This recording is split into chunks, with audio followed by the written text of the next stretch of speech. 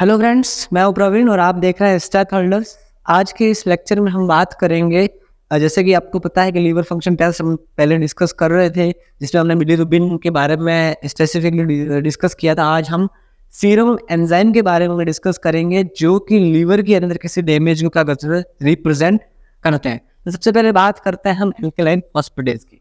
उससे पहले हम एक ये जनरल सा आइडिया देखते हैं कि वास्तविक में एंजाइम कैसे शो करते हैं। अब देखिए, लीवर के अंदर हिपेटिक सेल के अंदर कोई इंजरी हुई है, उस लीवर की हिपेटिक सेल को कोई डैमेज हुआ है, तो उस कंडीशन के अंदर कुछ पर्टिकुलर टाइप के प्रोटीन या कुछ पर्टिकुलर टाइप के एंजाइम बनते हैं। और वो एंजाइम क्या होता है, इजीली ब्लड के अंदर डिटेक्ट हो जाते हैं। तो हमें एक आइडिया लगता है कि हाँ भाई, कुछ लोचा हो सकता है। तो चलिए बात करते हैं कैसे। अब देखिए कि नॉर्मली क्या होता है कि कोई हिपेटिक सेल है, नॉर्मली आए दिन कोई न कोई इंजरी होती रहती है। कैसे? क्योंकि हम बाहर का जंक फूड खाते हैं, कोई भी मेडिकेशन ले ली, कुछ भी हमारे बॉडी के अंदर टॉक्सिक सब्सटेंस बनते रहते हैं। और हमें पता है कि डिटॉक्सिफिकेशन हमेशा लीवर के अंदर ही होता है। लीवर के अंदर ही वो पावर है कि उसके वो डिटॉक्सिफाई कर सके। ठीक है, फिर ये जो हिपेटिक सेल है वो टॉक्सिक मटेरियल को डिटॉक्सिफाई करती है। तो आए दिन इसको इंजरी होती है और कुछ अमाउंट के अंदर ये तीनों जो भी एंजाइम है इनको क्या करती है, प्रोडक्शन करती है। बट ये एक सर्टन लिमिट के अंदर करती है, एक लिमिट के अंदर करती है। तो फिर ये नॉर्मली होता है तो बट इतना ज़्यादा डिटेक्ट नहीं हो पाते। बट किसी कंडीशन के अंदर अगर डैमेज है वो कैसा है, ड्रास्टिक डैमेज है, बहुत ज़्यादा वाइड डैमेज है, तो क्या होगा, ये जो एंजाइम है इनकी कंसंट्रेशन क्या हो जाएगी, बढ़ जाएगी। और जिससे क्या होगा, एंजाइम की कंसंट्रेशन बढ़ जाएगी और जिससे क्या होगा कि ये ब्लड के अंदर आ जाएंगे। और ब्लड के अंदर आने से ये हमें इजीली डिटेक्ट हो जाएंगी और हमें पता चल जाएगा कि हाँ भाई, कुछ हो सकता है। फिक्स नहीं कहेंगे, कुछ हो सकता है। तो चलिए सबसे पहले हम बात करते हैं एल्कलाइन फॉस्फेटेज के बारे में। भाई एल्कलाइन फॉस्फेटेज का क्या है? तो एल्कलाइन फॉस्फेटेज इतना एक्यूरेट एंजाइम नहीं होता है कि जो हमें परफेक्टली बता दे कि एल्कलाइन फॉस्फेटेज बढ़ा हुआ है भाई तो हाँ लिवर की डिजीज होगी ही होगी, ऐसा नहीं है। ये नॉन स्पेसिफिक एंजाइम में कैसे बात करते हैं, क्योंकि जो एल्कलाइन फॉस्फेटेज होता है वो इन तीन कंडीशन के अंदर हमें बढ़ा हुआ देखने को मिलता है। In the pregnancy, in the case of bone disease और इन लीवर डिजीज। प्रेगनेंसी की अगर हम बात करें तो प्रेगनेंसी के अंदर प्लेसेंटा का फॉर्मेशन होता है, जो कि बेबी और मदर के बीच में एक ब्रिज का काम करती है for the exchange of nutrition and gases. तो प्लेसेंटा होती है वो अल्कलाइन फॉस्फेटेज का क्या करती है, फॉर्मेशन करती है। और जिससे हमें अल्कलाइन फॉस्फेटेज क्या देखने को मिलता है, बढ़ा हुआ देखने को मिलता है। दूसरी अगर बात करें बोन डिजीज की, तो कुछ ऐसे बोन डिजीज होती है जैसे इन्फ्लेमेटरी डिजीज होगी, इन्फेक्शन हो गया, कुछ आर्थराइटिस जैसी कंडीशन होगी, तो उनके अंदर क्या हो गया, हमें ये जो होता है अल्कलाइन फॉस्फेटेज हमें बढ़ा हुआ देखने को मिलता है।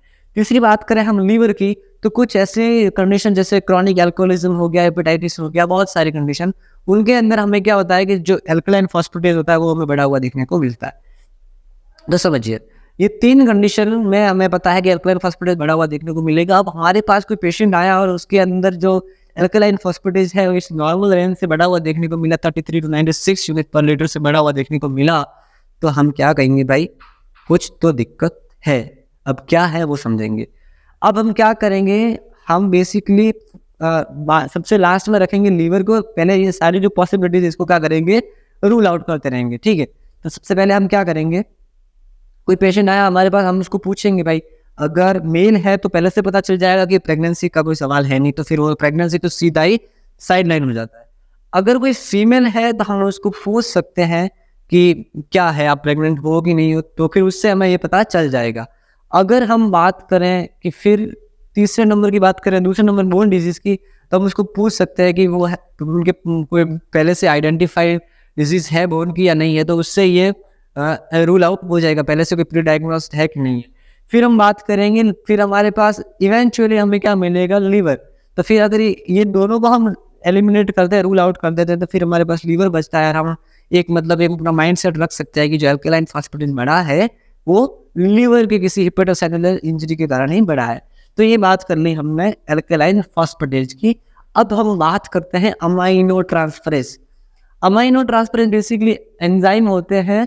ये क्या करते हैं, ये थोड़ा एल्कलाइन फॉस्फेटेज से थोड़ा स्पेसिफिकली हिपेटोसेलुलर इंजरी को रिप्रेजेंट करते हैं, कि बताते हैं, इंडिकेट करते हैं कि भाई हाँ हेपेटोसेलुलर इंजरी है थोड़ा ज़्यादा परसेंट, अगर ये 50% करता है तो 85 to 90% करता है।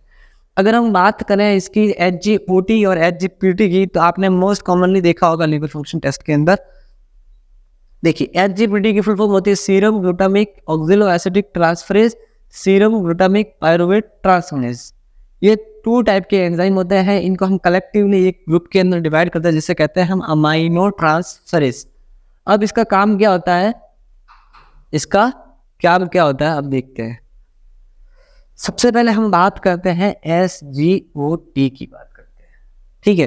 अगर हम ये मैंने साइड में लिखा है SGOT को AST एस्पार्टेट ट्रांसमिनेज कहते हैं, SGPT को कहते हैं एलानिन ट्रांसफरेज। इसको मैं लिख लेता हूँ। मोस्ट कॉमनली AST और ALT को ही यूज किया जाता है, बाकी अब तो इसको भी यूज करते हैं। देखिए AST एस्पार्टेट ट्रांसमिनेज और ये हो गया एलानिन ट्रांसमिनेज, ठीक है।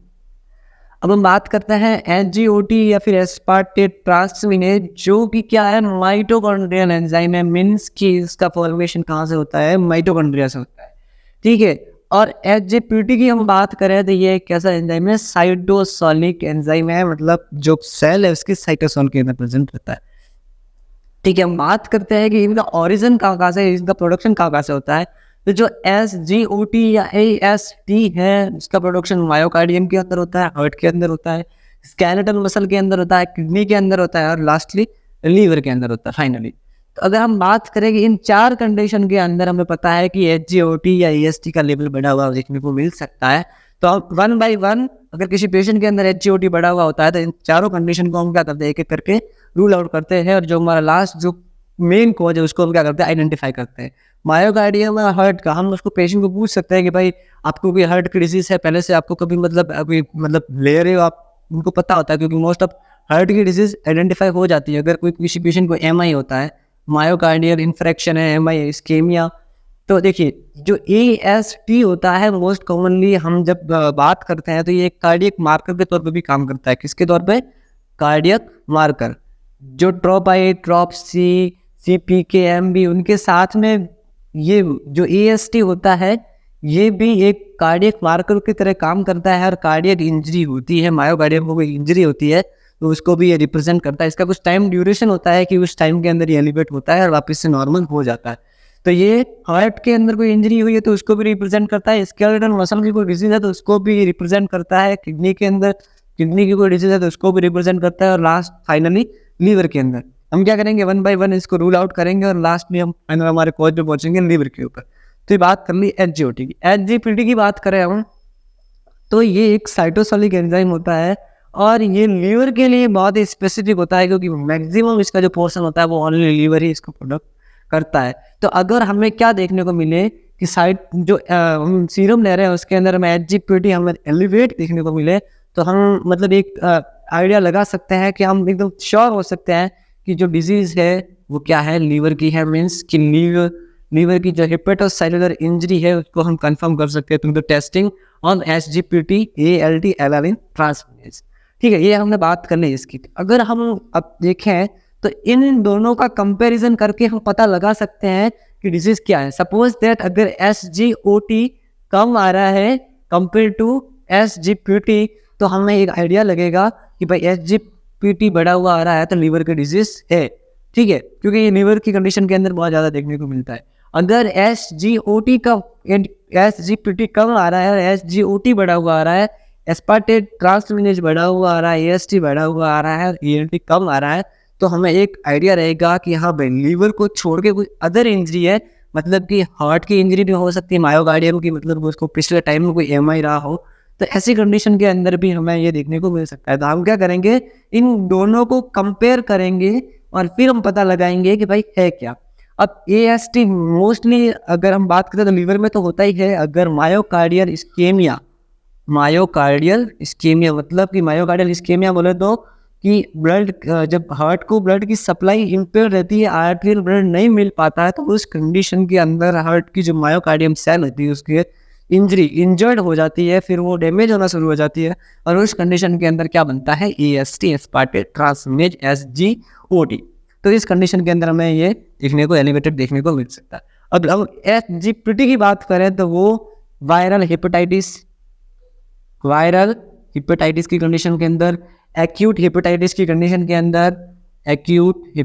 कंडीशन के अंदर, सीरोसिस की कंडीशन के अंदर, और even in the chronic alcoholic patient होते हैं, जो क्रॉनिक एल्कोहलिज्म वाले पेशेंट होते हैं, उनके अंदर भी हमें SGPT देखने को मिलता है। तो बेसिकली हमने ये डिस्कस किया कि एंजाइम क्या होते हैं। रेफरेंस रेंज आपको याद रखनी पड़ेगी, 12 to 38 यूनिट पर लीटर और 10 to 41 यूनिट पर लीटर। तो ये बेसिकली हमने एंजाइम के बारे में डिस्कस किया कि जो SGPT होता है वो मोर स्पेसिफिक होता है to the liver, AST comparatively less specific होता है टू द लीवर, और ALP तो बहुत कम स्पेसिफिक होता है। ये मोस्ट ऑफ कार्डियक मार्कर के तौर पे काम करता है, मायोकार्डियल इस्कीमिया को रिप्रेजेंट करता है, और ये लीवर की डिजीजेस को और ये प्रेगनेंसी और बोन की डिजीज को भी रिप्रेजेंट करते हैं। तो आशा करता हूँ आपको समझ में आया होगा। अगर आपको वीडियो अच्छा लगा हो तो लाइक कीजिए, शेयर कीजिए। अगर आपको कोई कमी पेशी लगे, कोई डाउट हो आपका, तो प्लीज़ कमेंट सेक्शन में मेंशन कीजिए। और अगर आपको मेरे एफर्ट पसंद आया हो तो कृपया करके अपने फ्रेंड्स के साथ में भी शेयर कीजिए। Thank you so much, have a great day.